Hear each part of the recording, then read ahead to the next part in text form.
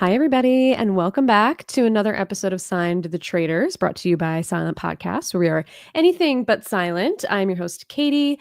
I am here again with Isaiah, and more importantly, sorry, Isaiah, Javier is back with us. Our one and only Woo! Javier is back joining us. I'm so excited to have you. Javier, how have you been? We'll get to you soon, Isaiah. I'm sorry. I am back again to talk Yes. some shit and share these thoughts I have of this season. No, I am so excited to be back. I've been listening every week to you and Isaiah holding it down the fort, and I'm happy to add some of my thoughts this week. So cannot wait to get into it. I cannot wait to hear. Isaiah, how are you this week? I'm here, great week for TV, across the board from Dondi to the Traitors to my binge of Hell's Kitchen's most recent season. So, I've enjoyed myself. This has been a good week. I've been eating. Nice. If you're watching the YouTube stream, you'll see that we're matching. It was a happy accident between Javier and I wearing almost exactly the same sweatshirt. So that just means it's meant to be. We're back together. But and Isaiah's matching us too. So and we're in our winter white, ready to talk about this episode of chaos. And I was just saying to Javier and Isaiah before we started the stream is that normally every week I watch the episode twice, one for fun, one to take notes. But this week, I just feel like it's been living rent free in my head since I watched it last night. So I didn't feel like I needed to watch it again. And we're just going to go off script and we're just going to go for it. Because this episode was chaos. We had traitor on traitor violence. It was like, it's mayhem in this castle. So before we get into specifically this episode, Javier, since we haven't had you yet, I got to know your thoughts. What are you feeling so far about this season? Guys, I don't know if this is an unpopular opinion, but I don't know. There's something about this season that I'm not loving. Such a hater. I already know. I'm shocked. We've been having our little disputes on Twitter. I already knew he was coming. Yeah. See, I'm not on Twitter. I haven't seen it, so I have no idea. I think we'll get to it as we talk about the episode, but it just feels like nobody is playing a good game right now. And listen, I love the mess, I do, but I also want someone to root for because they're playing a good game. And this season, I don't feel like we have anyone who's playing a good game, in my opinion. And I need mess and gameplay. And this season, I'm just getting mess piling on top of mess. So like, don't get me wrong, I'm enjoying it, but I don't know. I'm not 100% in, I don't feel, as I have been in past seasons. I don't know. Something's missing for me.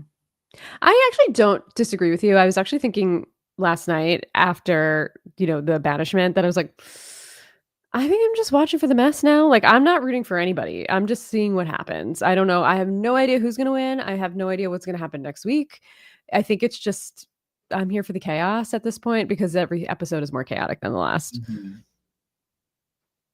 I disagree with both of you. I think this is an amazing watch so far. No, I'm loving it. I'm just, if you're looking for a strategy, it might not be the strategy you agree with, but that's true. I think Boston Rob has just been fantastic to watch this entire time, whether I agree with his trajectory or what he's doing or not. He has just been like, I haven't been like this on the edge of my seat genuinely since like Dan played Big Brother 14 and I watched that live for the first time. I'm like, what is he just going to do next? Like, how is this guy surviving? He's just doing shit, like I said, I don't think Rob's going to win, but like he's coming in here and he's just like making like new gameplay for the Traitors, for me, at least for US, it's just different. And it's working somehow. And I'm just like, how the hell is he getting away with this? It's just fun to watch, so it's like, there's different forms of gameplay to me. I think like, especially in like this new era of social strategy games, I think the sit back, be quiet, and then like be super calculated is like the new hot thing. But like, there was also once upon a time like messy gameplay where we got the Parvati's and even though FM Russell Hanses or the Dans and like we got all the crazy stuff in. This is like it's really like bringing a lot of old school elements that I missed. I've been begging for a while. So I'm still enjoying myself. I'm very curious. I'm going to even give. And sorry, I'm yapping a lot. I'm going to even give someone who I'm not the biggest fan of, Derek, some credit because I think he's doing a lot of gameplay. even though he's not successful, he's been doing a pretty good job, you know. So it's like, I don't know. It's all about perspective. You know what I'm saying? I think if it was like people that everybody liked, everyone would be like, oh yeah, like this is eating. You know what I'm saying? But it's like, since it's not, I completely agree with Javier. It's like there's like a lot of moving pieces. There's a lot of game players, and we're not used to that. There's usually like 3 people are playing and then a bunch of duds. You know what I'm saying? So I don't know. It's a lot of moving pieces. A whole lot of duds. A whole lot of duds. And this episode in particular showed me where all the duds are. Yes, very clear who is a dud, and we will talk about them all, because I want to say a shout out to Janelle as well. We have the whole crew in the house. She's in the chat. She said she's also watching just to see what happens. Usually she's like, she needs this person to win or stay. No strong feelings for any player in that way. That's how I feel, but I'm having fun. This has been my favorite US season by far. I feel like this has been the most engaging. I feel like season 2, we kind of like hit a really slow point where like we had the Peter Pals and then the Trishelle CT online. Like that was boring. This, I'm like, I have no idea what's going to happen. And I don't know. I haven't really read too much about this episode on the internet, how, you know, feelings or whatever. But when I was watching that roundtable and I was seeing Rob and Wes and Derek, gamers, gaming, strategizing, I was like, I am so here for this. I was like, it gave me like feelings. I was like, I was so invigorated. Like I had adrenaline running through me. It was a brain still in real life, Katie. Yeah, for sure. And I don't know. I was like, I just love watching gamers game. And we got a lot of gamers gaming last night, but we got a lot of duds dudding as well, which kind of, you know, takes away, I think, from some of the gaming. I was actually thinking, and I want your opinion, both of your opinion on this. Like, at first I was like, I wish we could just get a season of just gamers to see like what would happen. But then I almost feel like it would be too like gamebot. I think we need the chaotic Tom Sandoval. We need Dolores just getting mad at Tom. We need Gabby and Chriselle having no clue what's going on. Yeah, exactly. Like we need that element of it. Otherwise it would just be too boring.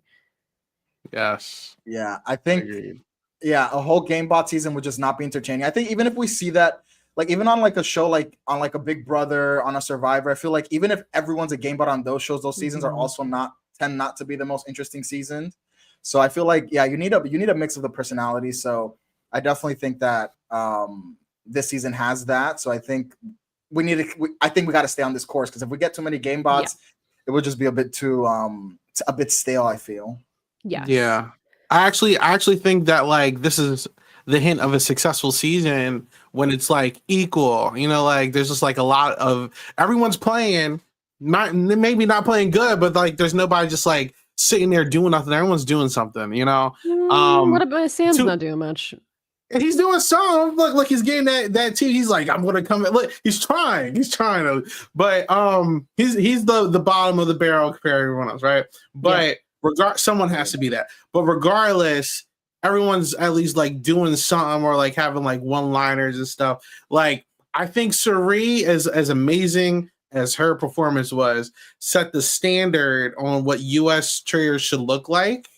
And it's like everyone holds every single like season after that, like, oh, but Suri did this, Suri did that. And I feel like if we're fortunate enough to get like 10 more seasons of this, we're still going to be talking like Suri did this, Suri did that, unless there's like another Suri around, you know? So it's like, everyone just should like also think of Survivor, Big Brother, all these other shows.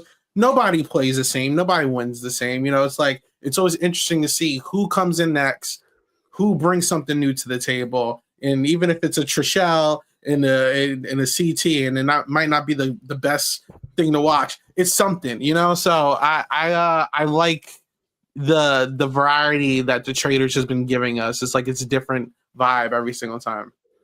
I think a game like this too is so, and I mean like Big Brother and Survivor too, but there's more of a formula to those games. This game, it's just so based on the cast that you put in the castle. There's like really nothing else to go on, and you just have to get the right mix of personalities. And I feel like even though this cast was not super popular when it was announced, they are the right group of personalities to put into this house together. Yeah, I agree. Yeah. I think the thing for me is just that I think Isaiah put it great. Like watching Suri like do a masterclass of this game, especially on season 1, it's like, wait, how does Suri set the standard on season 1? Usually, like, you know, I thought that was insane to watch. And maybe season 1 was not the most entertaining season gameplay wise. I guess when you put it like that, but I kind of feel like a little bit of what Janelle was saying also, that like when I watch these shows, I also need someone to root for. Like it gets me invested to have like someone to be like, oh, I want to see how this person maneuvers the game because I want to see them at the end. Right now, I'm not really watching it to see anyone get to the end. And I think that's what my issue is with this season. And if I could remove that part of my brain away, like on paper, yes, there's been a lot of like good moments, but it's just hard for me to be like fully invested in the season when like I'm not invested in any of the players. And I think that's valid. Mm-hmm. That's valid. I think the Traitors is a show that I like to root against someone. Like it's almost like I pick 1 or 2 traitors and I'm like, this one's gotta go. And I'm like, they're gonna get found out. They're gonna get voted out. Like I find it fun to just like, I mean, you know, me with Magic Mike or whatever from Canada. I unfortunately my rooting, I didn't root hard enough because we know what happened there. But I just feel like it's fun to get invested too, and like how is this person still here, and just like watching the trajectory, which is exactly how I feel about Boston Rob right now. Me too. That's how I feel about Rob.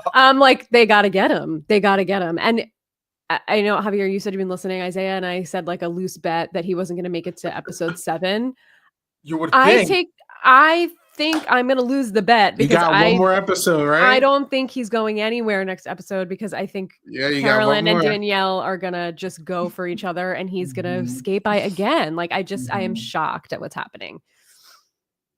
It's all about the chaos. Listen, that's why I was like, it really depends on the cast. Like, that's why, and I hate always bringing this guy up. I sound like a Glazer, but Dan succeeds with chaotic cast. Tony Blancos will succeed with like chaotic cast. Like these unicorn, like how the hell do these people win? Rachel Riley type players win is because everyone else is equally crazy, you know. So it's like I really do feel like, and like I said, it's a long shot. But if Rob somehow figured this out, it's because this is a chaotic cast. You know what I'm saying? And I really do enjoy seeing like his approach of like being upfront and center in front of the room. And it's like, this guy is probably a traitor, but he also has like some really good arguments that can counter it. Like the way and I don't know if I'm going over whatever. All right. So the way he like, and I don't know, so my friend didn't give him credit for this. I did. I felt like he flipped some people with his pitch, specifically like Ivar, who it felt like Ivar was coming in and was like, I'm going to vote Rob with you, Derek. And then he brings this really good like pitch where it's like, all right, but Ivar is obviously a faithful. Why isn't he dying? It's like, this is just a smoke screen to like put people against each other. And I'm like, obviously as a viewer, I'm like, I know it's bullshit. But I was sitting back, I'm like, I don't believe you, but like, you're making some sense, you know? And Wes got caught up in the crossfires and, you know, he felt for the gaslighting. And it was just like, it was just so crazy. I'm not even going to lie. I was more impressed by this than him getting out Bob at this point. Like I thought this was way more impressive because at least with Bob, nobody like saw that coming, right? Everyone came in here for the majority was like, we're voting out Rob, and they voted out Wes. And I was just like, how the hell? Well, I think that was Wes. I mean, I don't think he did. I think Wes convinced everybody when he said, that's like, good. My eyes are on you. I'm coming for you. It's like, I don't know in what world Wes thought that was a good decision to just threaten everybody at the table, but he did it. So, I mean, clearly that wasn't going to work out in his favor. But I think if I'm upset because I'm a Wes girly, I love Wes. So I was rooting for Wes as a faithful. Unfortunately, I think he did himself in. He got caught up in it. He played the villain too hard. I think like, you know, Wes is such like a heel on the challenge. I feel like he came in with this heel personality here too. Obviously he was rubbing people the wrong way. And then he just like went like full tilt on it at the round table and like, probably not the best decision, Wes, for you. And iconic exit though. And I'm seeing in the chat, Ebony, she was like, nah, Wes did the job flipping the vote against himself. I'm not going to lie though. I have to give credit to Rob too, though, because I feel like there is almost like some sort of like art in knowing your targets, and there's a repeat thing not only with Bob but with Wes of like knowing who to pick at and who's going to give you the reaction you need to. It's like perfect gaslighting. Bob and Wes were both the perfect people to come at because they are both going to give you the reaction and they do not know how to handle diversity. I'm not even going to lie. Do not be shocked if you see someone like Brittany Haynes crashing out the same way. There's certain people in the house that don't do well with this kind of pressure, and we're seeing it. I mean, Nikki was always going to be a hard one because she just shut down. She didn't give the reaction that people wanted, right? Where you look at Wes or Bob, they immediately like react with like anger and like insulting people and calling people out. Brittany, if you saw Reindeer Games, she like melts down all the time when she gets any kind of attention. Or Derek too. That's going to happen to Derek too. If Derek ever gets painted as a target, he's going to melt down, just like when Zach Rance called him out. Like, there's certain players who don't know how to handle adversity. Jeremy snitching on people when he starts freaking out. Like, some people ain't ready for that heat. You know what I'm saying? I think Wes was the guy because he's very full of ego and he was just ready to like, I'm coming after y'all. Better watch your back. I'm keeping my like. The whole thing fell apart when he did that. You know what I'm saying? So I am going to give Rob some credit. I just fear once these easy to react players are out the house that he is going to have his back against the wall. That's the hard part about Rob, which I'm like, I don't think he's going to win. But like, he is like the Toms of the world, the Carolyns, the Daniel, like that's what's going to keep him in the game right now. The chaos, you know, once that's out of here, he's cooked. You know what I'm saying? So that's all I had to say about that. Oops, sorry, my dog's playing with their toy right now. What do you think, Javier? I mean, I just watching Rob play and watching Rob at this round table and like I tweeted about this recently, like it just doesn't make sense to me how anyone saw the argument that Derek and Wes put out and still sided with Rob. Like, this was one of the best arguments I have seen on like the Traitors before and all. I mean, I've only seen 5 seasons, but this being my 5th season, this is one of the best arguments I've ever seen because, in my opinion, and I feel a lot of people might agree with this. You know, the Traitors, the Faithfuls are always at a disadvantage. I think the Faithfuls have such a hard game. Like, it's very hard to judge the Faithfuls games because they really have nothing to go off of. And this is the first time where you have multiple instances of what could be taken as concrete evidence, and still to see Rob somehow maneuver his way through that. It's hard for me to say, is that Rob's gameplay versus is that the people in the house? Because it's just, these people just, it just made too much sense to not vote Rob out that episode. So it's just hard for me to say that it's not, I just feel like it's a combination of like, sure, Rob played, I guess he did a good job this episode, but I really do think Rob's time is numbered and I don't see how these people can keep siding with Rob. I just don't get it. I just think they're all playing so emotionally, the Faithfuls. Like, they're just taking their, like, whatever they're feeling in that moment is like the truth, regardless of whatever rationale anybody's giving. Like, I think nobody went into that round table where Bob the drag queen was voted out expecting or wanting to vote out Bob the drag queen. And then they all like emotionally reacted to what Rob said. And then like Bob was gone. Same thing. I mean, there were votes for Nikki going in, but I do think like it would have been a pretty even split between Nikki and Sierra. And then like everybody was just emotional, as we saw Chriselle crying. Everybody got all emotional. And then like the votes all flipped on Nikki because of just like her personality and just because she shut down. Same thing here. It was like all based on Wes's personality and rubbing people the wrong way. And then he faltered clearly and like gave them more ammo against him because of like how, you know, his ego and like just like his villain type of like persona that he puts on. It's like he just leaned too far into it and it just didn't, you know, they just voted him out, which I don't really think he even cared either way. Like, he seemed to not give a shit either way, which is why I love Wes. I just think he's so funny. But I was, you know, I just don't know how anybody is going to get through to these people unless, I guess to your point, Isaiah, you get like the emotional people out of the game and then you can like find it. But I think everybody's emotional. Like, I don't think there's anybody that you can get out that, or anybody that you can leave in there that's like really going to strategize except for maybe Dylan. So I do have a question because we saw this strategy being implemented by Sandra last season, and granted, we only knew that the strategy was a thing because she spoke about it outside the house. The show never highlighted that like she purposely was like working with traitors and like keeping traitors in the game, we wouldn't have known that if she didn't say that outside the house, right? So like we do know that most of the community was like voicing that like it's actually smarter to work with the traitors and not like come for them, right? I'm not gonna lie, like people like Chriselle and them, like I don't think that they're doing that, obviously. But I do look at and it was brought to me today. I didn't even think about it till it was told to me. Is it a possibility for someone like Brittany, who had like this complete 360 this episode, from like trying to work with Derek, not targeting Rob? Like, is Brittany possibly trying to do something similar to that?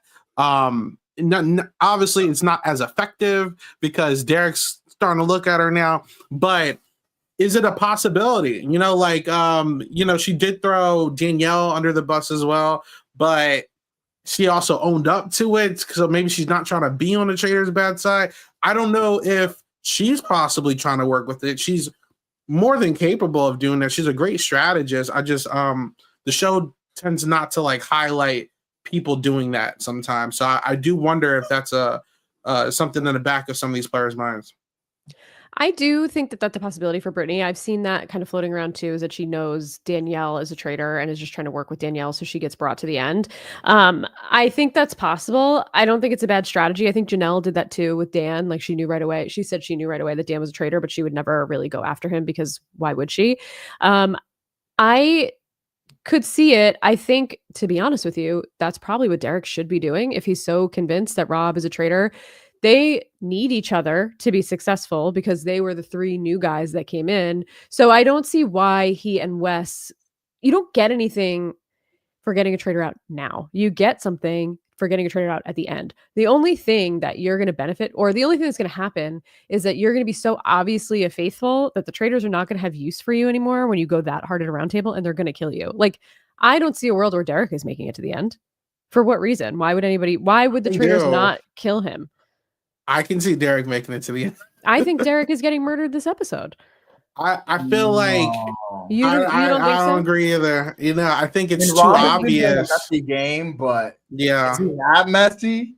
Nah, I don't. It just like he would have killed Wes if he really wanted to. Like I think it's too risky now after that call out that like if you kill Derek, it's like, oh, it's obvious that it's Rob at this point. But even Derek said he's gonna kill me and then he's gonna pin it on, oh, they're trying to frame me. And like that so argument but that argument, all he said that to was who, Dylan? I mean, that argument has worked so many times already for Rob, where it's like this person said this because they're trying to frame me, and everyone's like, oh yeah, okay, they are trying to frame Rob. And it's like nobody is taking that seriously, that like Rob's actually a traitor and he's just saying that. Like I feel like he's done that a few times now where they're like, yeah, maybe you could say that, but like that's not really what happened. And everyone's like, okay, right, Rob, that's not what happened. And I think like I don't think Rob can leave Derek in the game at this point and go through another roundtable with Derek there coming for him. And I think another mistake that Derek made was throwing Brittany under the bus to Dylan, because Dylan is a Boston Rob stan and he's going to go for Brittany before he goes to Boston Rob, and Brittany's going to be wrong.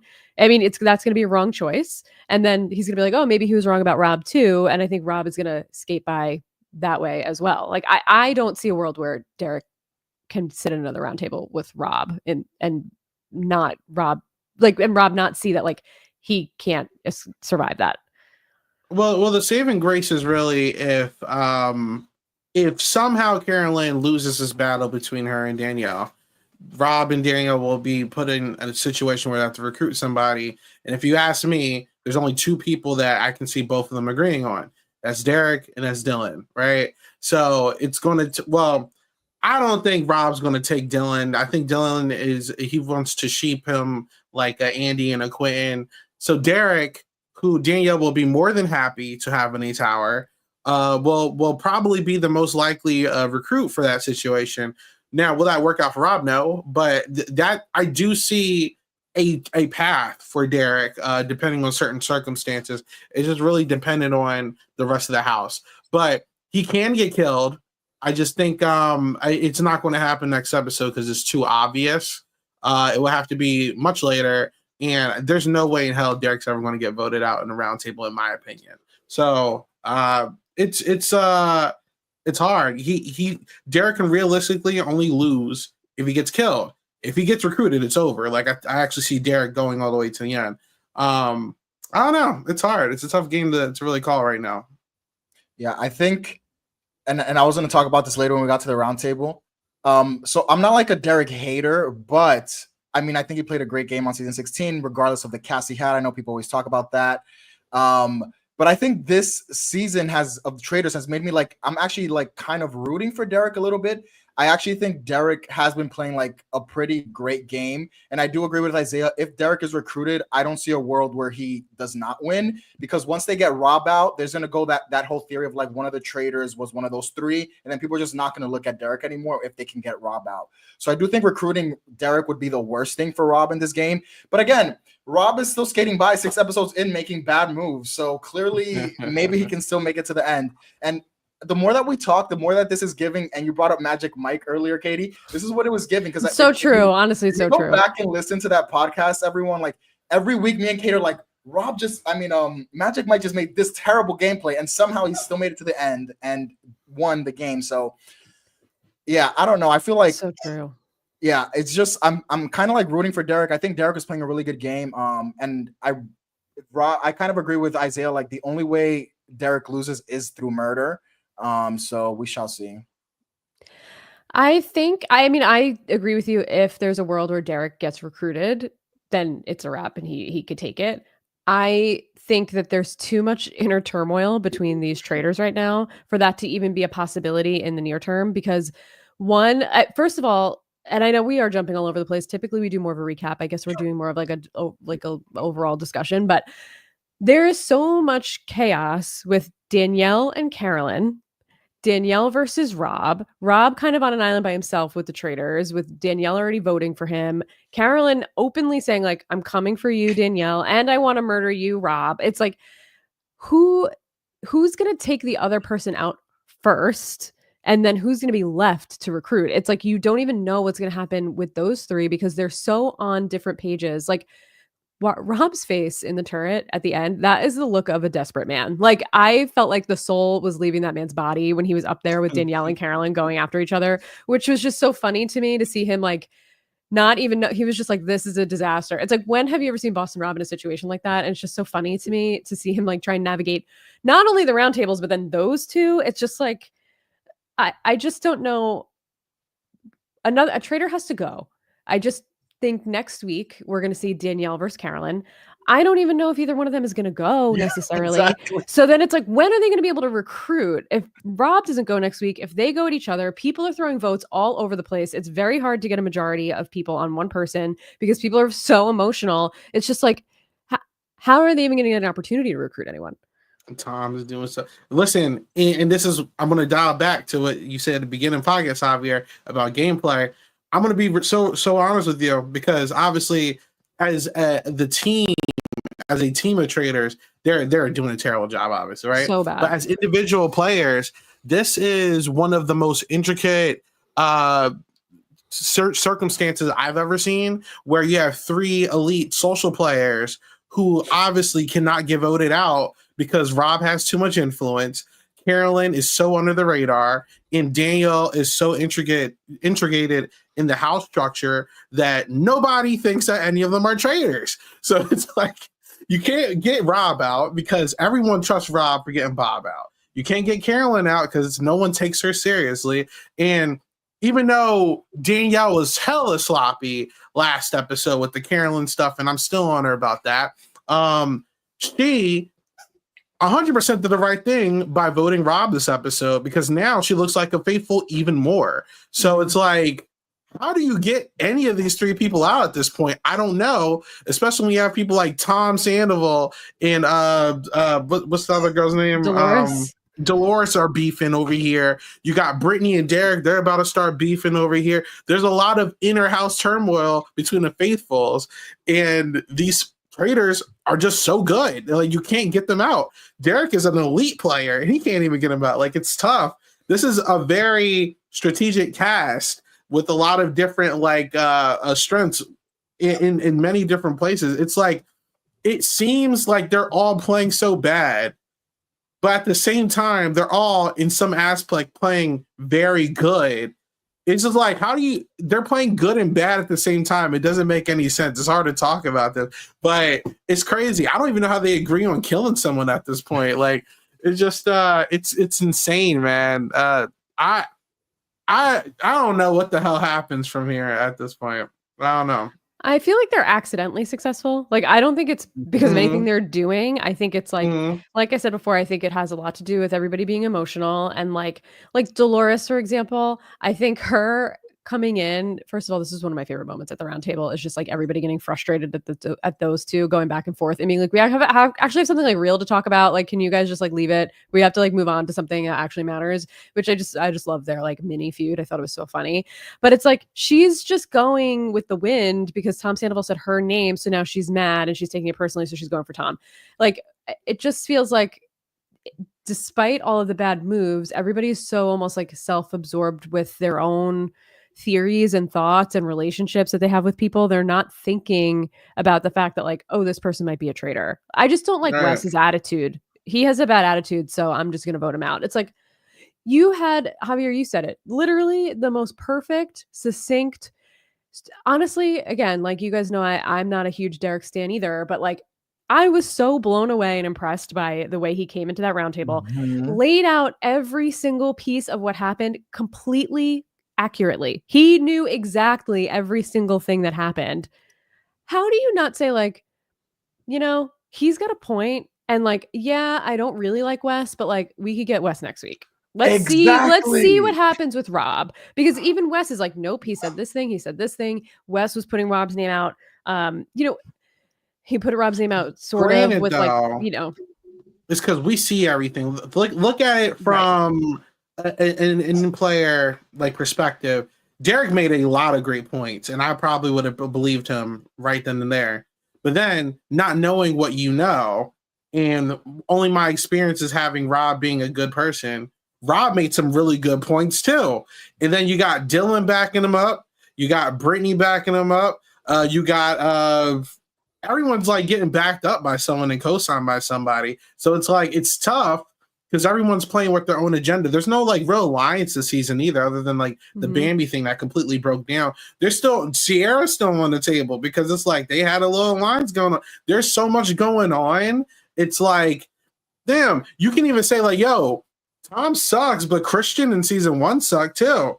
Is Tom really a traitor? Is he like it's the Traitors is such a crapshoot of a show because it's really like you're just going off your instinct. That's why players like CT was so good. He just voted how he felt. And I think that's the way to play. I think Bob Harper was such a threat because Bob was doing the same thing. And I think Ivor is doing the same thing. But if you're not voting off of your gut instinct instead of like influence, that's where everything goes down, so I think the Traitors is such a luck game. It's like it's so hard just to like determine like this person knows everything, because sometimes it could be bullshitting everybody, you know what I'm saying? Like I don't blame anyone for voting incorrectly, but I do blame people for relying on the dumbest shit for their votes, like Tom, I have like a feeling, or Chriselle, I really read energies. Like, no, what are the facts going on here? Right. They, like Derek listed some actual facts,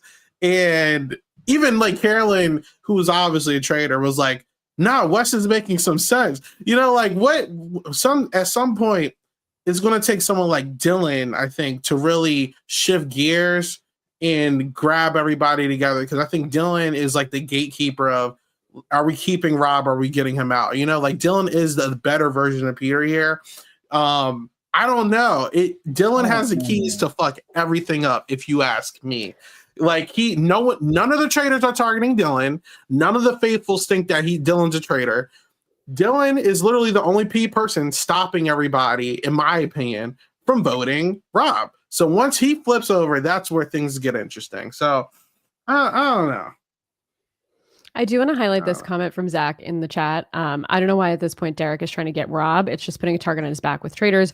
Also, the traitor you know is better than the traitor you don't. So keep them. And I completely 1,000% agree. I think Derek's strategy and like the way that he laid out the argument was perfect. I think it was way too soon. And I think he put I think that ruined his game for himself if he continues on as a faithful. I think the only path to success for Derek in the future, if he does not get murdered this week, is to get recruited. And again, like we said, like, I don't see a path where any of these traitors are going anytime soon, because guess what? My feeling next week is that everybody's going to shift their sights to Brittany, and Brittany's out at the banishment. That's who I think is getting banished next week. And I think that it's still going to be traitor warfare across the table. And I really, truly feel like Rob is in such a situation where he's going to have to murder Derek and try and just like deal with the fallout, which he has done so many times at this point. I think that's just the only path for him forward. Do you guys think Derek wants to be a traitor? I could see Derek not even accepting. Same. Really? Because I wonder if you do the math, there's like 3 or 4 traitors in the house, right? Bob is already like gone, obvious faithful traitor, and he thinks Rob's a traitor. If you get Rob out, there's obviously going to be recruitment. He doesn't know who it is, obviously, but if you're going off the track records, let's look at Traitor Hunter Ari. He gets recruited. Let's look at Traitor Hunter Peter. He declines, but he gets recruited. You know what I'm saying? So Derek, I wonder if there's something in the back of his mind that's like, if I get out a traitor, are they going to try to take my good status at being like the head of like the faithfuls, possibly, if I get this guy out and try to recruit me? That's a lot of power, especially. I do think he could get, I already told you, Danielle, obviously he doesn't know Danielle's a traitor, but if he does get recruited and it's with Danielle, that's even more dangerous. You know what I'm saying? So it's like, I do wonder if he wants to be a traitor or if he just wants to like show off his detective skills for his YouTube channel. Like, I don't know which one it is, but if he wants to be a traitor, I mean, it's not a bad play. If he doesn't though, he's playing like a bonehead. Like, I don't know why he's doing what he's doing. To be honest with you, I don't even think it would be a good move for them to recruit Derek anyway, because I think going to the end with Derek is a death sentence for you, especially if you're Danielle, or like, I don't think Danielle versus Derek at like that fire thing at the end would work in Danielle's favor. Rob obviously is a formidable opponent, but I just don't see a world where Rob would want to work with Derek after like how would they frame that in the house together in the castle? Like, you guys go from this guy calling you out so hard and wanting to get you out and like being 100% sure that you're a traitor to now not coming for you anymore. Like, I just don't think there's a world where it would like fit the narrative of like both Rob still being there and Derek still being there and not coming for each other. And then I think just having the two of them at the end, like, why would Rob want to have to go for Derek and deal with Derek trying to be the last traitor standing? I genuinely think Derek would not mind sharing a win with Danielle if he had the opportunity to. Maybe Danielle, but I don't think he would share it with Rob. No, that's what I'm saying. And it's going to take 2 to recruit. Yeah. It will require Rob to go home, obviously. And Danielle's obviously picked a side. She wants to work with Derek, especially with this vote. If they somehow do get Rob out and Derek gets recruited, they can easily jump Carolyn. And I'm pretty sure Derek and Danielle, I don't even see them turning on each other at the end. I'm so serious. Like, Danielle can finally have that legacy when she's been looking for the whole time. And Derek, I think that he's a big loyalty guy. Obviously, with his track record on Big Brother, we even see him talking to Dylan on the way out of the episode, talking about loyalty goes a long way with me. I wouldn't be surprised if he tried to share a win with Danielle or something, you know? That's just me, though. This is all headcanon speculation. I do think when it comes to like the traitor versus traitor, if Rob is the one who's going to pick and choose like which traitor goes first, like he's going to have to side with Danielle or Carolyn. I think he's siding with Carolyn. I don't think there's a world where he's siding with Danielle after Danielle voted for him when Carolyn didn't come for him and voted just like through her vote to Danielle, when they very easily could have teamed up to get Rob, or at least try to get Rob out. So I think there's not a world where Rob and Danielle are recruiting traitors together. And then even if they do, I do not see them at all being on the same page of who that recruitment should be. I think it's more Rob and Carolyn. I think he feels like he probably can control Carolyn a little bit more. He could probably trust her a little bit more. Yes, she's emotional, but I think he thinks he can work with her. I don't think he thinks at this point he can work with Danielle at all. She's also unpredictable and reckless. Completely reckless. More reckless than Rob. Yeah. She has shown that this season. Yes. I mean, she's very always much kind of so. been like that. I ain't gonna hold you. She's always been like that. Just wild. Just wild moves from what did you, so I know like we haven't been talking too much about the specifics of the episode, but in the beginning, obviously we got like the showdown of Carolyn and Danielle in the turret, and even I think at the beginning that's when Carolyn was like, I want to murder you both, or no, that was at the end maybe. That was at the end, yeah. That was at the end. But what did you guys think about Danielle just being like, I'll fix it. I'll fix it. Don't worry. Like we'll have each other's backs moving forward. I'll fix it. Like I just felt like that was so, I mean, what else do you say when you're caught, Mhm. But I just thought that was an interesting approach from her, instead of just being like, yeah, I thought you were going to come for me, so I came for you. Like we could leave it, but what did you guys think about it? How I Danielle thought she handled it? was. I thought she was genuine when she was saying that. I'm starting to read Danielle as a very genuine person here, and I do think that when they were all talking about resetting, I do genuinely think her and Rob were serious about it, at least temporarily. Carolyn was just like off the boat, like off rip. You know what I'm saying? So I do think that she probably would have like laid off and then possibly talked to people and said, I don't know what I was talking about. I was wrong or whatever, you know. That's how I read it though. How about you, Javier? Yeah, no, I mean, I just feel like I think Danielle, I think it's insane for Danielle to think that after she's been telling people to vote for Carolyn, that Carolyn would like forget about it, let it go. I know that I wouldn't, and I don't know. I feel like people keep calling Carolyn emotional, Carolyn this, that, and the third, but I think Carolyn reacted the right way. Like, how else do you react to someone who you thought was loyal to you in this game, especially with prior to the last episode? You would it seemed like Carolyn was also over Rob, so it would have been so easy for Danielle to team up with Carolyn instead of backstabbing Carolyn and starting to spread Carolyn's name. Like Danielle's logic of like wanting a new trade in the turret, great, it makes sense, but why are you picking Carolyn, the only one who probably wants to work with you, and Rob clearly does not?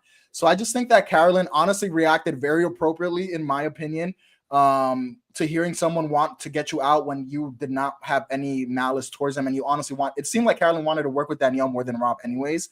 So yeah, I just feel like Danielle just played this very poorly, and I don't believe that Danielle was going to just throw it under the rug. Maybe she would have like worked with Carolyn for like a week or two, but I think she would have gone right back. Just the way Danielle's been playing, she would have just gone right back to the Carolyn train.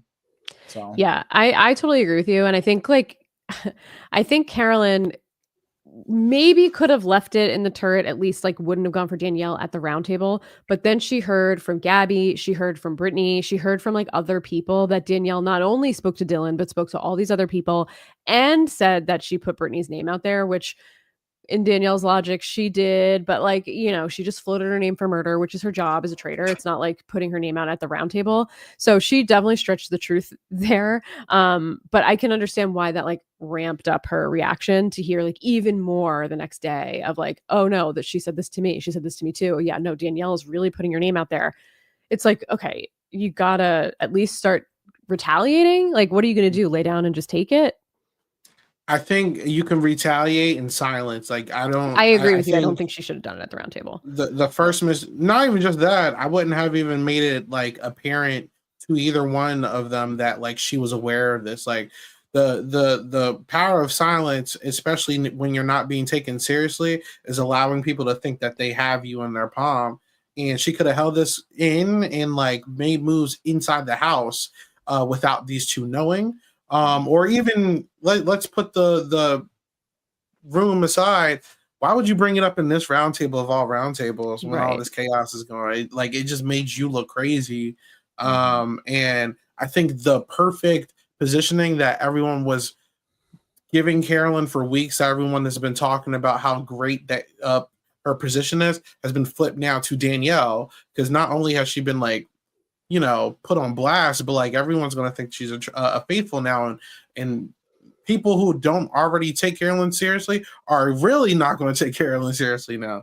So I don't know. It's all about like patience. I don't know if I agree necessarily with that. I think we got a lot more this episode of people saying like, I really like Carolyn. I trust Carolyn. Like we heard from Gabby, we heard it from Brittany, which we didn't think that anybody actually did take her seriously before, but it does seem like people do trust her. And I think, they all gave her that information. They know that Danielle was doing that. So I don't think it hurt Carolyn's credibility at all, especially the way that she framed it, because she was kind of like, everybody's coming for Wes being an agent of chaos, but the real agent of chaos is Danielle. She's making up lies. She's saying these things. I don't remember if she brought up the shield stuff or not from the last mission, but like if she didn't, she should have. And I just feel like that could have been, I think if the Rob thing wasn't like, Rob and Wes wasn't such a big thing, it could have gained some traction, but I don't think it did anything to make Danielle look more faithful. I think it just made like, I don't think it was a bad argument from Carolyn. I think the timing was just wrong. I just felt like, in the way I read it, especially from Brittany, was she kind of like told her, don't say anything. And Carolyn made it pretty obvious that Brittany told her something, and it put Brittany in a position that she had to rat herself out, where, you know, in front of the entire house too, which she's usually been very quiet. And then now you got someone like Derek who's looking at her crazy. You know, like, I feel like Carolyn put Brittany in a very bad spot, and it's going to possibly evolve to a point where it's like, I'm not going to give you information anymore because you're crazy. You know what I'm saying? That's how I took it, though. You know, but we'll have to see, obviously. But I don't know. I do think that I agree with Isaiah to an extent. I do think that this was not the right time for her to call out Danielle. However, my only point was that I don't think she overreacted to what she heard. I do think she reacted too soon, if that makes sense. And she could have saved this for, like, if there was like no other name being thrown, fine, throw this out. But given all the chaos there, I feel like Carolyn should have just allowed the chaos around it to happen and then take her shot at Danielle eventually. So I do agree that she probably did it too soon. But I also don't think that, I think just the way the house sees Carolyn, they might just think that this is just another one of Carolyn's like antics. And I hope, because I do think from the Traitors, Carolyn, I still do think has been playing the best game from the three of them. And I hope to see Carolyn make it farther in the game. So I do think that, I don't think this is going to ruin Carolyn's game as much as it would have ruined someone else's game for coming out of left field to target somebody. Yeah, I agree. What I would have liked to have seen from Carolyn is to just sit back and think about it a little bit and try and work with Rob to get Danielle out. I think Rob made it very clear to Carolyn that he was in it with her till the end. He definitely didn't say that to Danielle, which obviously she doesn't know that, but I just think like if she could have been like, can I really trust you? Because I know she's coming for me, and like, she's coming for you too. She wants you out. I know she doesn't want you here. Like, let's at least like do something together on this. But unfortunately, she went a little rogue. She tried to do it herself. And I think you just need a little bit of an army behind you, at least one soldier next to you to kind of like back you up. And she didn't have that. Listen, I've been saying, I don't think either one of you watched her on Survivor. I was always saying the moment she gets called out for anything, this is what's going to happen. Like, I like Carolyn, but this is like mirroring like almost like Jam and Carson, where it's like Carolyn doesn't really get a say, but she's in like the power group, and then someone outside the group or someone in the group like calls her out or something or start targeting her, and then she's just like on your ass until you go home. Like, Carolyn, when she makes her mind up about something, like, that's it. Like, she is going to crash out, So yeah, I was waiting for this. I knew it was going to happen, and I'm just ready for the war that is Danielle and Carolyn. So I'm here for the mess. I mean, I was loving every. Oh, sorry, you go ahead. No, I was gonna say, if this is how Carolyn plays Survivor, I need to watch her season, because one thing about me is I love someone who stands 10 toes down. And Carolyn going into that turret, I think was so. I'm sorry, that was so badass at the end when she was like, Danielle, I do not care. I want you out, and I'm gonna keep going for you forever. And yes, do I think that's the best gameplay? No, but I love someone who can play that way. And I don't know. I think that was a very badass move to see that from Carolyn. Given that from what I've been hearing about Carolyn, it seems like she tends to be like more in the background. So to see her like come out and say like, I'm gonna go for you, and to see her like stand on that thought process, I really appreciate it, and I thought it was really entertaining. So I'm excited to see what Carolyn can do, and if she can actually like. Yes, I know Danielle, and I was like, I'm a huge Danielle fan, so I would root for Danielle, but I think Danielle has not played a great game. So I'm like interested to see how Carolyn can maneuver this, because I didn't expect this energy from Carolyn from what I have heard of her in her prior time on Survivor.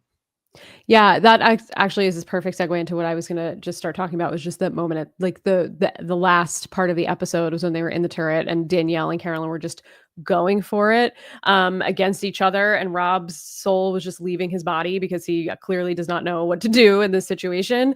But like, I loved this from Carolyn. I don't know that it's a winning strategy for either one of them, but I mean, like, to your point, Javier, I think like we've seen from the beginning that Carolyn's voice has been stifled a little bit. She shared her opinion. It was kind of shut down. And I think she just kind of like hit this breaking point, it feels like. And now she's like, I don't care. I'm coming for you. What are you going to do? Come at me with lies? Like, do it. I'm coming for you too. Like, let the best woman win. Who cares? Like, I loved that. I think it's going to be really interesting to see who comes out on top. I think Rob, like I said, is going to have to pick a side at some point, and I think he's going to pick Carolyn's side. Any thoughts on that, Isaiah? Any thoughts on Danielle versus Carolyn at the end? This is my favorite part of the episode. I don't think Carolyn is going to link up with either one of them. I think she's going to do whatever she wants. And it's a shame because despite the whole Bob fiasco, I definitely do think that it's always been in her best interest to work with Rob. But she just like, even before the Bob situation was just like, I'm not working with Boston Rob. So, you know. It's crazy because she wanted to bring him in the house. She was the one that was like going to go shake Alan's hand to bring him in. Right. And it's like, I guess it's like, all right, that's fine. But what is your plan? Like, I don't think she has any sort of backing to really support her game right now. Brittany's not enough. And I don't even think Brittany's really in her corner yet. Dylan feels like just like a temporary person right now. I just don't really know what her strategy is. She's just kind of going with it. Oh, well, I hope she survives. We'll see what happens. Me too. I mean, like I said, I'm not rooting for anyone. I just want to see what happens. So I'm excited to see how it all plays out. The other thing that we touched on, but we didn't talk about from this episode that doesn't have anything to do with Derek and Rob and a little bit to do with the roundtable is just like the weekly Dodo edit of Tom Sandoval. I feel like we got the most like Dodo Tom Sandoval content, specifically him like hunched over the lunch table or dinner table, just like shoving food. Like, what was that? What was that? And then I think like Gabby walked in and was like, ugh, and like kind of just like was not trying to be around that. Tom is the gift that keeps on giving. I will tell you that. The man makes great television. He makes great television. As much of a loser as he is in life, he makes great TV. It's amazing.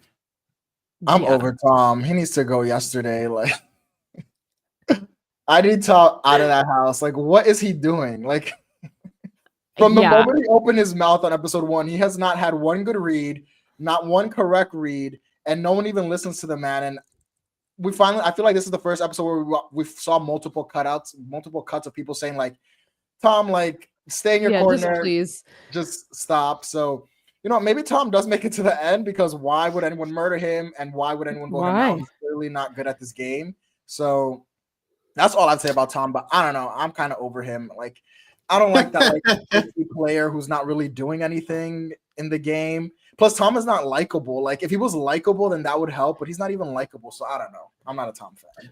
I think he's freaking hysterical because he's so bad. And one thing I will give Dolores is she said, one thing that's worse than a traitor is a very bad faithful. And I so agree with her. Like, they should have voted her out so long ago. But hey, I'm with it. I'm with it. More Tom content. Tom is giving me the same energy, not personality wise, but gameplay wise, as Kate in season 1, where she was just like causing constant chaos and getting into fights with people and being a distraction. And it was like, you know, Suri too was like, why would we ever get rid of Kate? Like, she's just a mess and she's taking all the attention off us. That's where I feel like Tom, not as much, but he has that same like bad reads, being a distraction, giving the wrong theories, just like taking attention away from what's actually going on in the house. And Dolores didn't really help matters either by playing into it and just like going for him for whatever reason. It's like, no one cares. You don't need to have this moment. But she had to be a housewife about it. I get it. And it was kind of iconic that she was like, you could say whatever you want because it's not going to make any sense anyway. Yes, but I was just about to bring that up because that was when I was like, Dolores ate with that one. That was so funny. I started cracking up when she said that. Like, sure, say whatever you want. The floor is yours, Tom. No one cares. Yep. Literally no one cares. But yeah, that was pretty great. Pretty great. Anything else from this episode? Like I said, I know we jumped around a ton. What do you think about the Bob H murder? Do you think that was the right move? I was hoping for Yes. Bob was a threat. He was calling people out. They needed to kill. I mean, Kay, we've been saying this for weeks. Bob in sorry, Javier's character.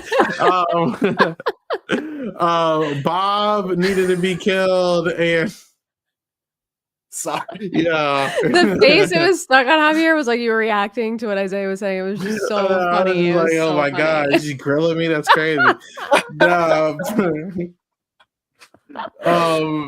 New meme no, template. I'm gonna screenshot that. Yeah, Immediately. same. But Bob definitely needed to be killed, in my opinion. I think either him or Ivar were the right choices. I was don't tired know. of that man.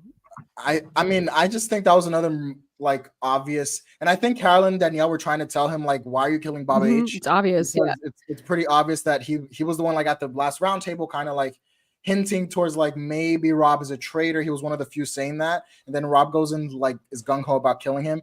I mean, again, it didn't hurt him at all, which does not make any sense to me. But alas, what can I do about that? But I don't think it was a good murder. But clearly, it didn't affect Rob, so I guess it was a good murder. Javier, I feel like you saying that this reminds you of Canada season 1, where every week we were saying like, how does Mike keep getting away with it? I mean, this is literally what Mike was doing. He killed every person that brought his name up, like literally at the next round table. And like it worked out for him. So I'm like, maybe it's gonna work out for Rob too. I mean, I don't know. I don't know how you could sit at the end with Rob and not just like take the shot just to make sure. But like we saw what happened in Canada. So I really don't know. But I don't know. I'm tired of Bob though. Magic Mike. Ugh. In hindsight, pretty good winner. Hated him, but he was a good winner. What can I say? Sorry, spoilers for Canada season 1. It's still worth watching. The other thing I wanted to mention is just like rock, paper, scissors had a real moment this episode. Who would have thought? Dylan. Is this my time to go on my Dylan rant? Yes. Oh my god, please. Oh my god. Let's go. I'm ready. Dylan. No comment. Go ahead.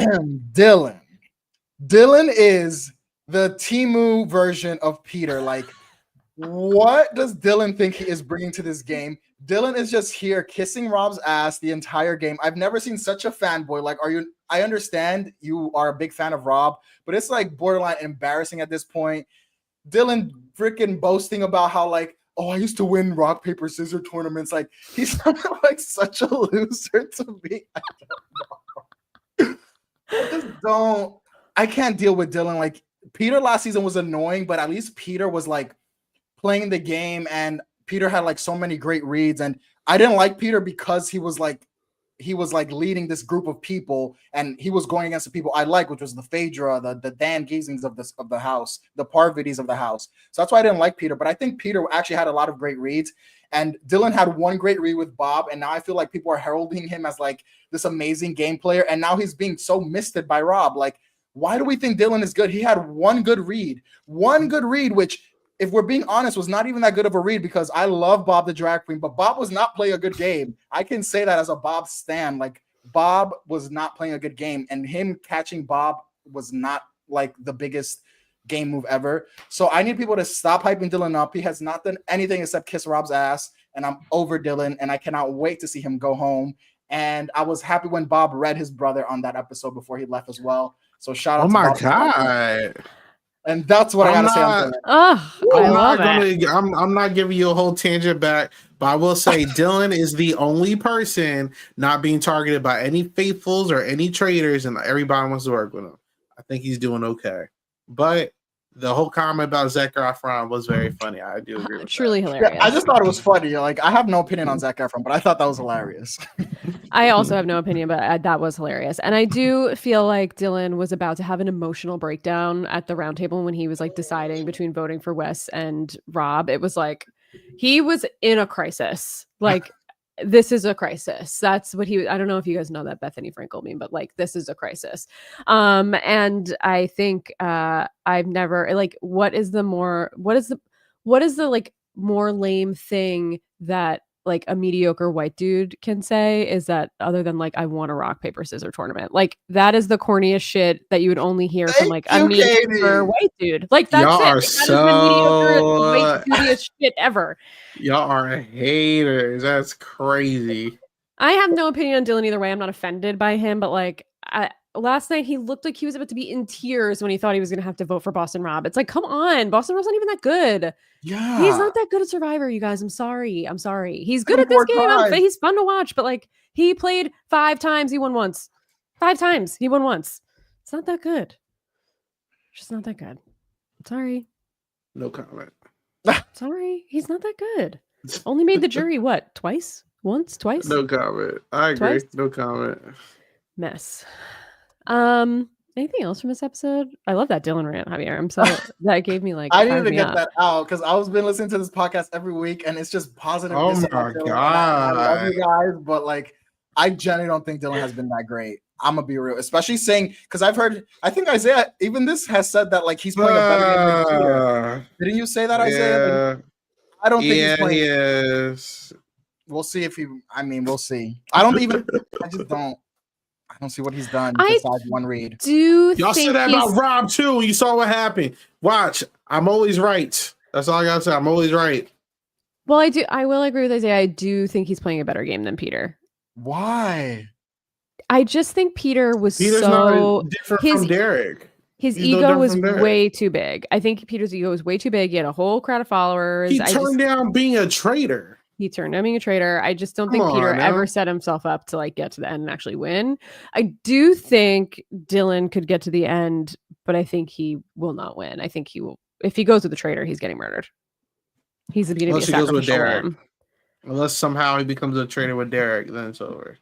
I just feel like I don't think Derek's gonna end up as a traitor. I don't see a path for it. There's not that many episodes left. I just don't see it happening. Guys, besides the read on Bob the Drag Queen, how can if this is all that Dylan does this season and he gets to the end, how can we not just call him like another MJ that like didn't really do anything and did one? Oh, we could definitely call him another MJ. Like getting to the end and winning because I don't know. Low key, MJ had better reads than Dylan. Exactly. MJ had better reads than Dylan. She was right more than Dylan has been. She just wasn't able to execute anything. Mm-hmm.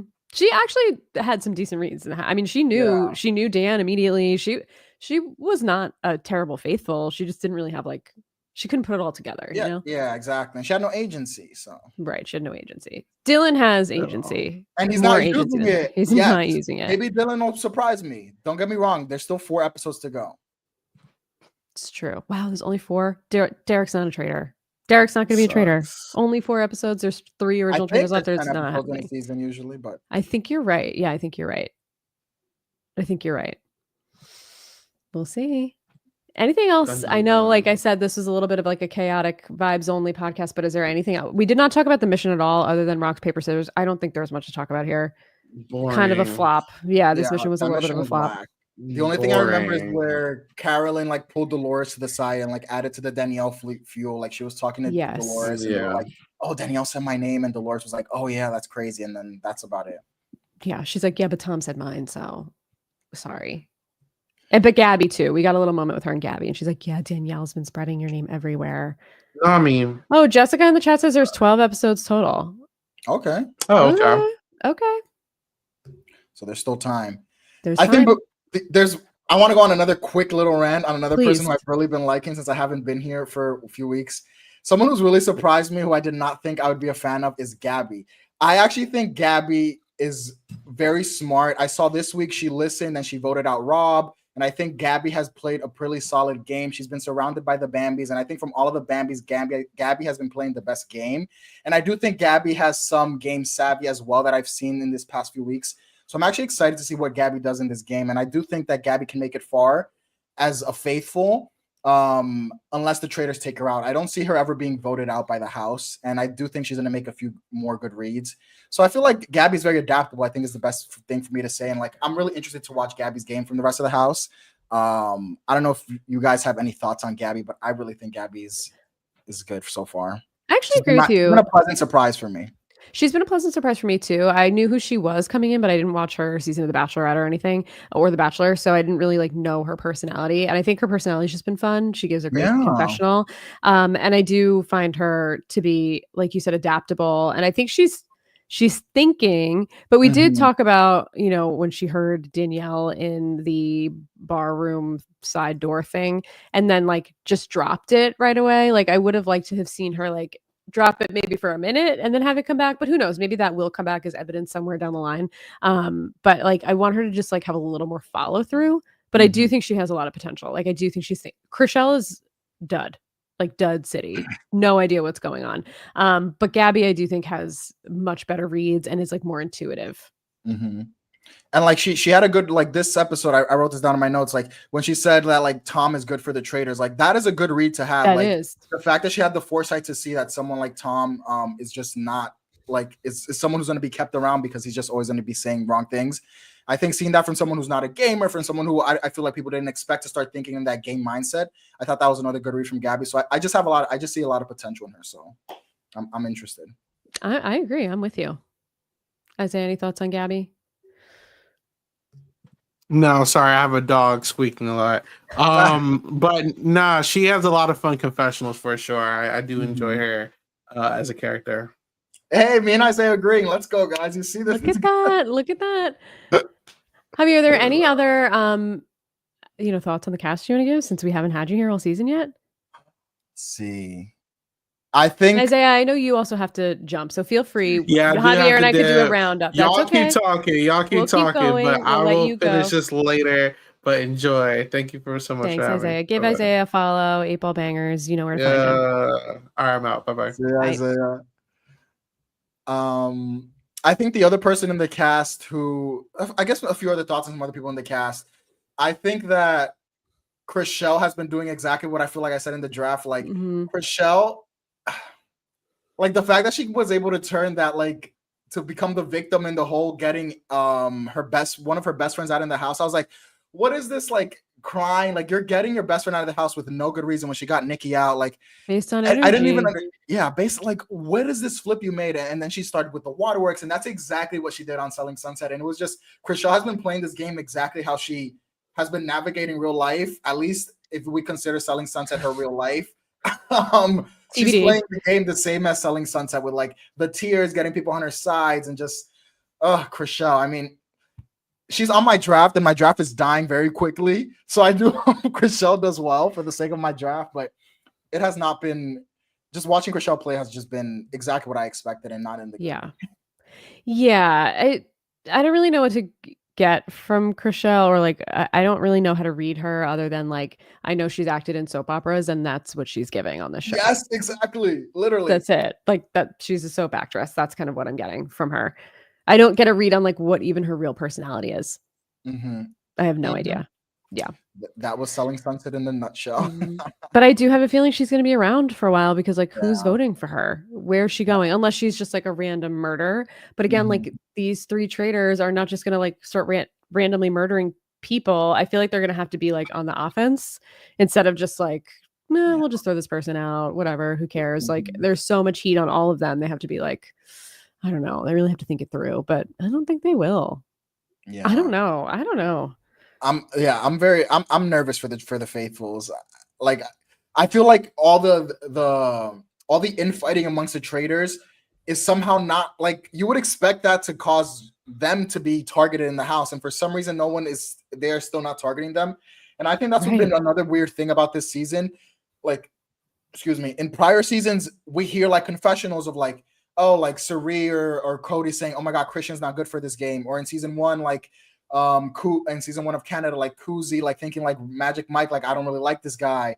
But like they never actively are like targeting each other until they finally do, like in that one moment in the round table. But to see all this infighting and still not seeing it have any repercussions has been so bizarre to me. Like the traitors are their own biggest enemies this season, and that's usually not the case in my experience with the traitors. You've watched more traitors than me, Katie, but have you seen this like level of animosity amongst the traitors before in like the UK seasons? No, I haven't. There was like a little bit in season 2, but like not like this, like not fighting. I mean, they went for each other a little bit more, but like not in the way that this season is, like that they're going for each other this season. There was a season 2 of Australia that was not like to this extent, but there was one menace of a traitor that was like the biggest villain of all time, and people wanted to vote for him. They couldn't get him out. That season is worth it just for the ending alone because it was wild. But even that, like the other traitors didn't really agree with what that guy was doing, but they didn't really like fight like this. Like I have not seen this level of like traitor on traitor violence Mhm. ever. But I'm loving. I love it. I want Yeah. more of it. The traitors don't have to work as a team. I mean, they have That's to murder true. as a team, but like, Yeah. they're traitors. Mhm. They should do some traitorous shit to each other too, and they are, which I love. That's true, yeah, and I think that's like what's exciting about like Carolyn versus Danielle. So I'm excited to see where, like I mentioned earlier, that's where that goes. So I do think that some traitor infighting is interesting because I feel like I hadn't seen that type of gameplay before on this show. So Yeah, it's unique. fun. I'm loving it. I think the other person I quickly want to talk about is Sierra. So Yes. Sierra's like kind of was doing nothing the first few episodes, and she got into the casket, and then some heat got thrown on her, and now it Well, seems she like cursed, you know, so yeah, that's why she was a traitor, right? Like that guilty. was. Yeah. I'm glad she's still in it because that would have been such a dumb reason to vote someone Oh my out. God, I Like know. I felt like I like Sierra. Like she seems like a sweet like woman, and she hasn't been giving that much up until this point. But I just felt like they were targeting her for no reason. Yep. So I'm glad that she's still in the house.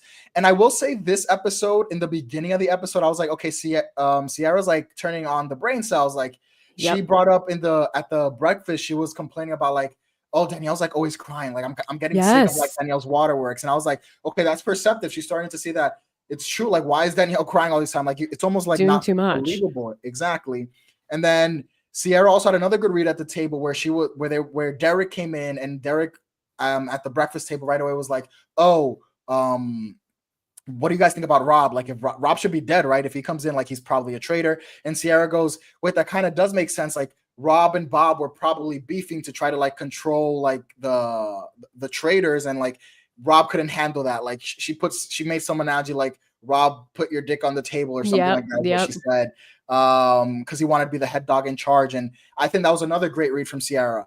But then you jump to the end of the episode where you see her vote out Wes, which again was like, girl, we were making headways here. Like you were onto Rob a bit, it seemed, and then you just jump on Wes based on like what I still think was not a great argument from Rob. But no. So Sierra's another one who's like, she's like up and down right now, I feel, with her reads. So I'm actually interested to see how she does in this game now that it seems like the heat is off of her. And hopefully it's not just bad reads. Hopefully it's like some good reads as well. Yeah, I mean, I feel like she really did come into her own this episode with some of the theories, and like her theories were completely correct. So I was like, ooh, like let's see if she like brings any of this up at the round table or goes for it. But I think and I actually was surprised to see her vote for West, because based on just some of the edit, it seemed like they were kind of like at least friendly-ish. Like we saw them talking a lot. We saw them do that challenge together as a team. So I thought that like she would at least just, I don't know, not immediately suspect Wes and go with her gut, which was saying Rob. But I don't know. These people are emotional. Yeah. They're emotional. A lot of groupthink happening. They're letting emotional groupthink. Yeah. Which is like the worst form of groupthink you can have, probably. Yeah. I'm sure next week they're gonna feel something, and then the like six faithfuls, the Sam, Sierra, Chriselle are all gonna like jump on who knows on whoever Rob says that week, maybe if Rob has all this influence that it seems like he does have. I know, it almost seems like they feel like Rob is like, and Derek said this too, like he comes across like the fun uncle or something. But I feel like they get that from like, that's how they look at him. Like they look at him almost like, you know, the adult in the room of like, oh, I've played these games so many times, like this is what's happening, and they're like, okay, that's what's happening, which is like they're all just getting so played. It's almost like Survivor Redemption Island, which was Rob's like one winning season of Survivor that he's played 700 of them. But like it just felt like they put him, who was like a very experienced, good game player, I'm not saying he's not, but you know, maybe not the best of all time, and it with like this group of just recruits who had no clue, and he just like ran circles around them, which is exactly what it feels like it's happening here, except he does have formidable opponents in Derek and I thought Wes, but I think Wes just really unfortunately misplayed. He had him figured out, he just didn't play it right.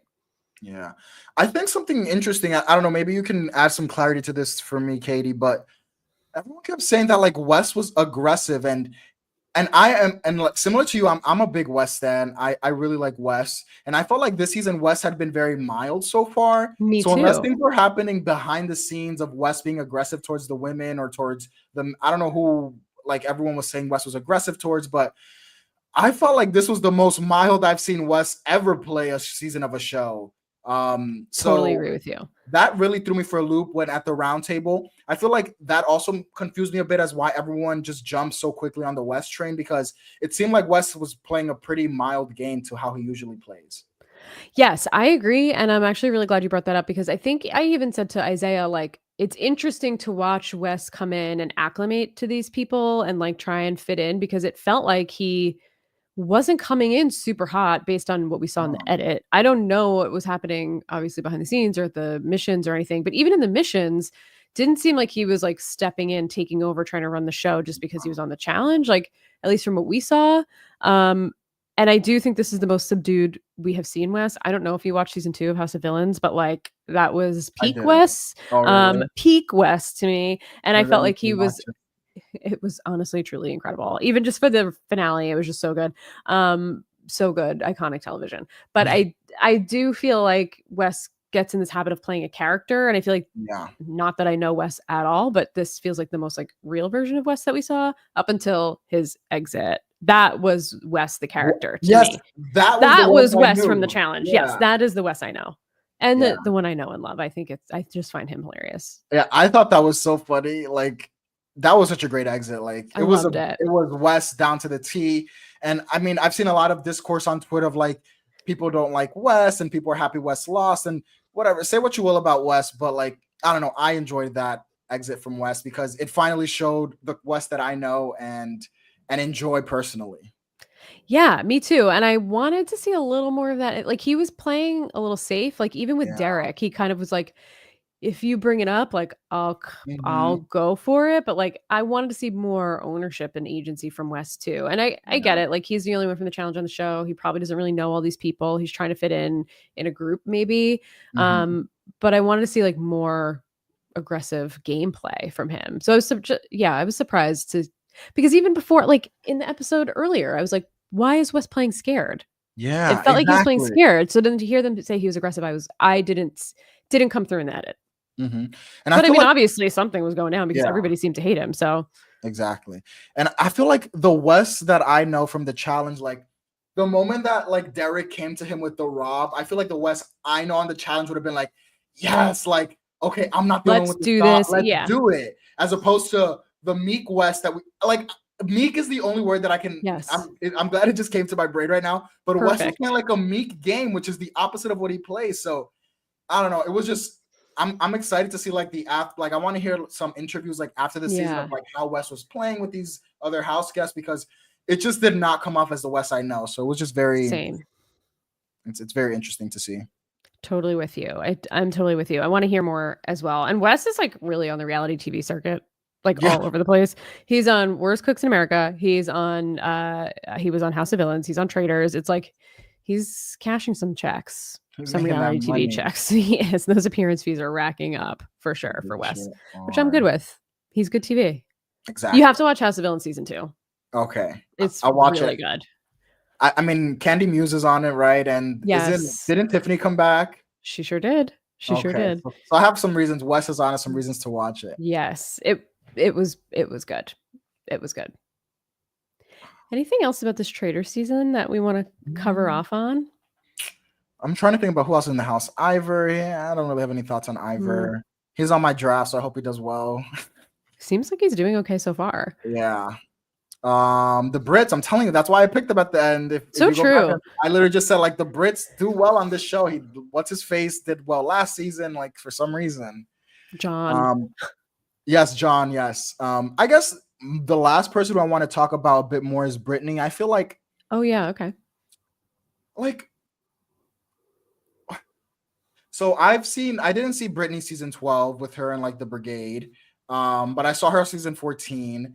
And I feel like this season Brittany hasn't really been giving much up until this episode. Like we haven't been getting like the iconic Brittany DRs. She kind of like has been kind of fading to the background for me. And I don't know, I guess what are your thoughts since have you seen both of Brittany's seasons on Big Brother? I have not. Those are like the few dark years of Big Brother that I haven't watched, which I know are some of the best seasons, but I watched like the early single digit seasons, a couple. Have I seen any of the teens?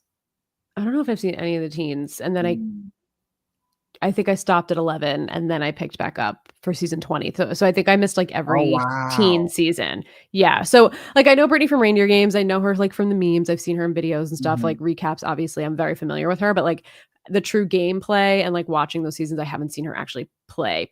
Only like, you know, the iconic DRs and stuff from her. Yeah. But I do feel like she has been fading to the background. And I think if I'm trying to read the edit, I think that's because like we're about to get like something is coming with Brittany. It feels like whether that's like she's figuring out that Danielle's a traitor, whether it's going to be her versus Derek, which seems likely, and Dylan. I think Dylan is going to take the comment that Derek made and run with it and go against Brittany to save his precious Boston Rob. Like I think he's going to try and like keep Rob as long as he can.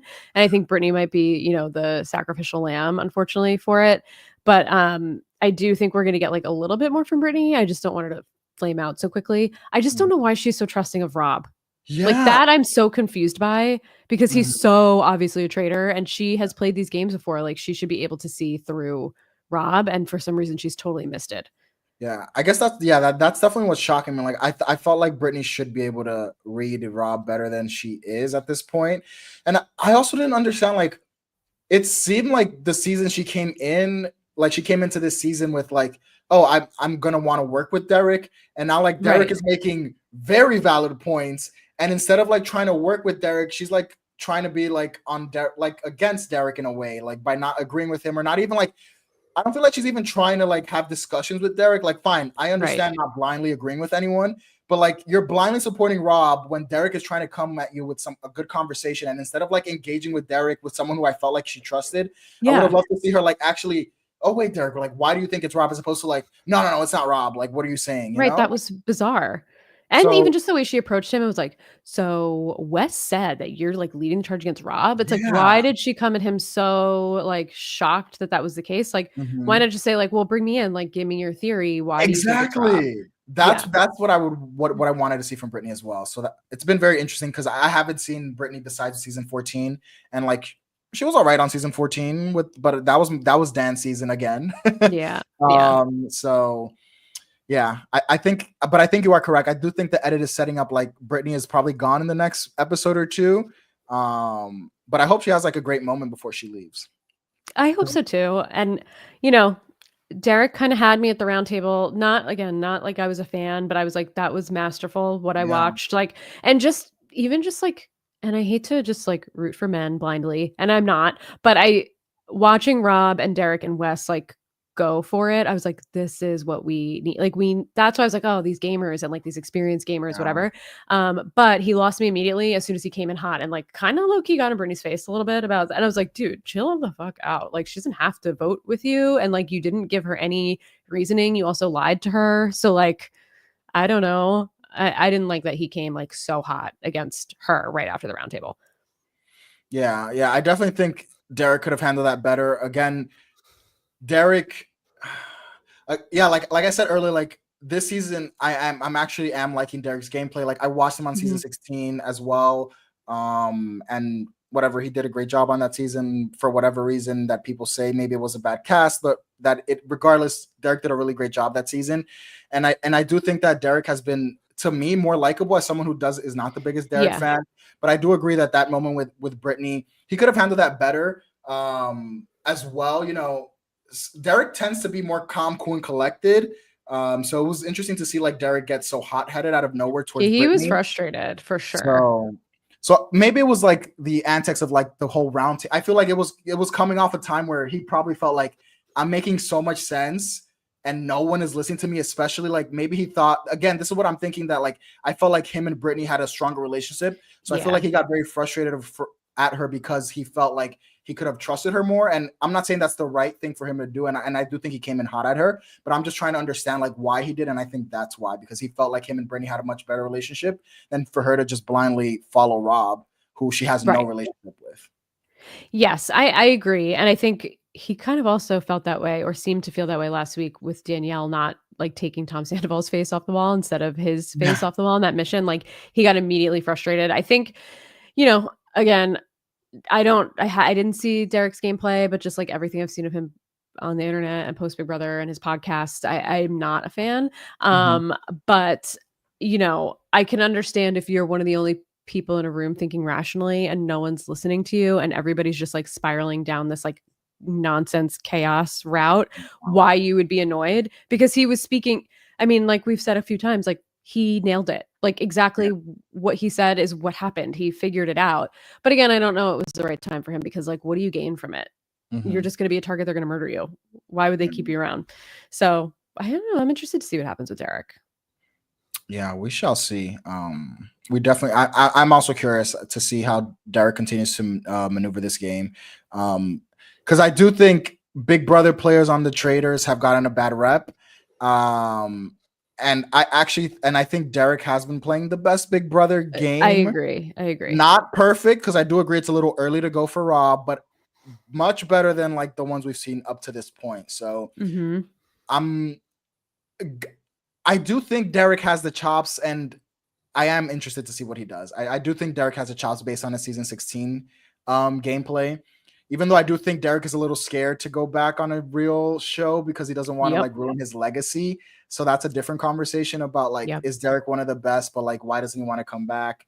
That's a different conversation. But either way, I think in this series of the Traitors from the past 3 seasons, he has been playing the best Big Brother game. So I will very curious to see how he continues to navigate this game moving forward. Yeah, for sure. Me too. It's been interesting to watch. Definitely interesting to watch.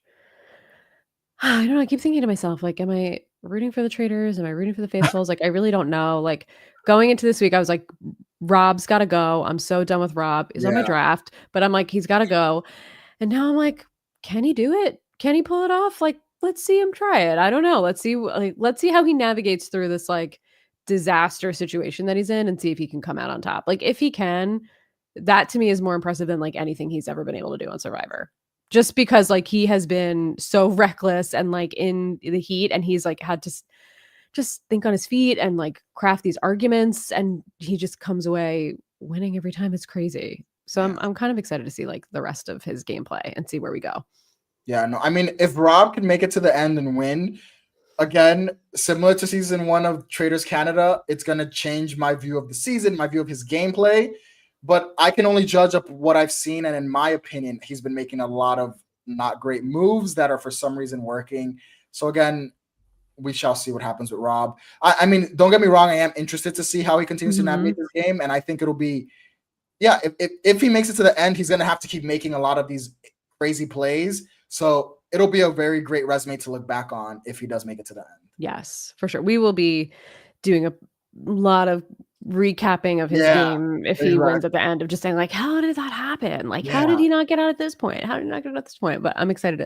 I feel like it's anybody's game. It's literally anybody's game. So I'm excited to see where we go. Yeah. I think, that's a good way to describe the season for how I feel like it's anybody's game. And, you know, again, I came in, I know when we started the episode, I came in, I said I wasn't like loving this season.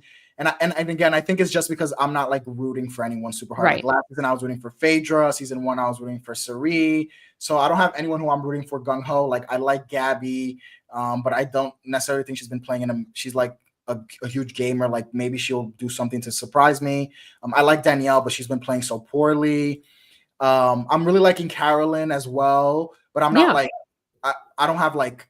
So I'm not super invested in her yet either. So that's what I mean when I said that, like, that's why I think I'm not loving the season as much. But like on paper, if I'm looking at the actual like gameplay so far and the mess of it, it has been good. And I think like this podcast has helped me like put that a bit more into perspective. So that's why I love this podcast. We changed your mind a little bit. I love podcasting because it makes me think a bit more about the season. And instead of like my initial reaction when an episode ends, like now I'm like, okay, these things happen. And these things have actually been cool and interesting to watch and fun to watch. So I'm excited to see where the rest of the season goes, even if I'm not rooting 100% for anyone. Yeah, I feel like that's kind of the fun of it. I'm just like rooting for a fun watch because I feel like last season got so stale in the middle. I was like ready for the season to be over. Like at this point last season, I was like, Dan already kind of low key ruined the game because he threw both Parv and Phaedra under the bus, and like there was no chance for them to win. So it's like, okay, who's gonna get recruited? It was Kate. Like she didn't have a shot, so it was just kind of like. Yeah. All right, let's just see what happens. This season, I'm like, what I don't know what's going on, how these people are still there, who's gonna win, who's gonna fight with each other next week, who's gonna get murdered, who's gonna get back. Like, I don't know anything that's about to happen, and it's not stale. Every week is like fresh and like, oh my god, I can't believe this episode. Oh my god. Like last night I was watching the episode on the edge of my seat. Like, how is this really happening? Like, how are we getting this TV right now? So that I love. I agree. Well, I'm glad we were able to change your mind a little bit. Let you think about it in a different perspective. Exactly. You'll be back with us next week, right? Yes, So maybe we'll get you to love it even a little bit more. Yes. I'm excited to see what happens next week. I think we're in for another good episode just based on the Carolyn and Danielle drama alone. Same. And where that can take us. I'm just dying to see if Derek gets murdered or not. I need to know. I hope. I don't know. I don't think that. Again, I don't think Danielle should allow that. I think Derek is good for Danielle's game. I think so too. For now. I think so too. For now. Yeah. Until he gets an inkling of her as well, because she's been playing mess. Yeah. Big time. Well, we'll find out next week. Anything else we should cover off on before we say goodnight and then look forward to the craziness to come? No, I think I went on all the rants I wanted to about. I loved every second of it, and I'm so happy that we had you with us this week, and that we'll have you for the next few. It's always just I love doing this Traitors podcast with you, so I'm glad we get you even for like a portion of the season. Yes, I'm super excited to be back, and I love chatting Traitors with you too, Katie. So yay, hope to be here for the rest of the entire season, but for the foreseeable future, I will be here. Whatever we can make happen. Exactly. When I can make it, I'm gonna be here, y'all. Yes, I love being here when I can. Yay. Well, in the meantime, when you're not here, where can everybody find you? What are you up to? That was a great segue. Okay, this is why Katie's the host, y'all. She eats. Thank you. But yes, everyone, you can find me at _the Starboy on Twitter. I am still on Twitter. It's hard to leave. I'm not gonna lie, y'all. I want to leave. Come to bluer skies. I think I'm just gonna have to bite the bullet and make the blue sky and see what it's like. I think you should. Because I tried it I already forgot the name of the app a few months ago. That other one that was trying to make it big. The Instagram one? Threads? No, not Threads. There was like another app that like. Mastodon. I don't. Wait. Now I need to know because now it's gonna be bothering me. What was that name of that app? Oh, I don't remember. There was another one. I think I know what you're talking about. There was another one with like a weird icon. Maybe. Yes. I know what you're talking about, but I do not know the name of it. But I know what you're talking about. Clearly, it did not work out. I tried that one, so we'll see. I think I'm gonna jump onto Blue Sky, but for now, I'm gonna stay on Twitter at _the Starboy, sharing all my thoughts there. My other thoughts on the Traitors throughout the episodes where I react more immediately, and sometimes I listen back on the podcast. I'm like, wow, that was not my initial reaction, but that's okay because reactions are allowed to change. They are allowed to change. They are. But yeah, find me there, everyone. Yes, everybody give Javier a follow if you're still on that hell site and convince him to come, like I said, to bluer skies over on Blue Sky, where you can find me at realslimkatie.bluesky.social. There's a lot of Traitors conversation happening on Blue Sky, a lot of like really, really good reality TV discourse. Like truly, I got to give a shout out to the Big Brother community on Blue Sky because and the Bravo community, they keep it going. They're like the heart of Blue Sky reality TV. And like, it's great. A lot of really good engagement on there. Got to give a shout out to Blue Sky. I love it. And you can find me occasionally on the Don D podcast, Banker's Temple. I haven't been able to make it to the last few, but I will be back. You guys know I love some Dr. Will, my number one. So got to be there to talk about him and his game, his reckless gameplay. So Agent of Chaos King. So I will be there anytime. Any chance I can, but otherwise I'll be here every Friday, as you guys know. And you could give us a follow at Silent Podcast. Search us. We're pretty much everywhere. We're also on Blue Sky. We're still on Twitter. Find us on YouTube, Instagram, all of the things. We're there. So just search us and give us a like, a subscribe, and a review and a rating, but only if it's 5 stars because you can only do it once. So save it. Save it until you hear something that's 5 stars, which I'm pretty sure the Dylan rant alone made this a 5-star podcast. So if you haven't done it yet, go for it. Thank you guys. We'll be back next week. And thank you, as always, for being in the chat and giving us your questions and your comments. We always appreciate you guys being here with us. So bye. Have a good Friday if you're here with us live, and have a good whatever time of day it is if you're listening to us later. Bye. Bye, everyone.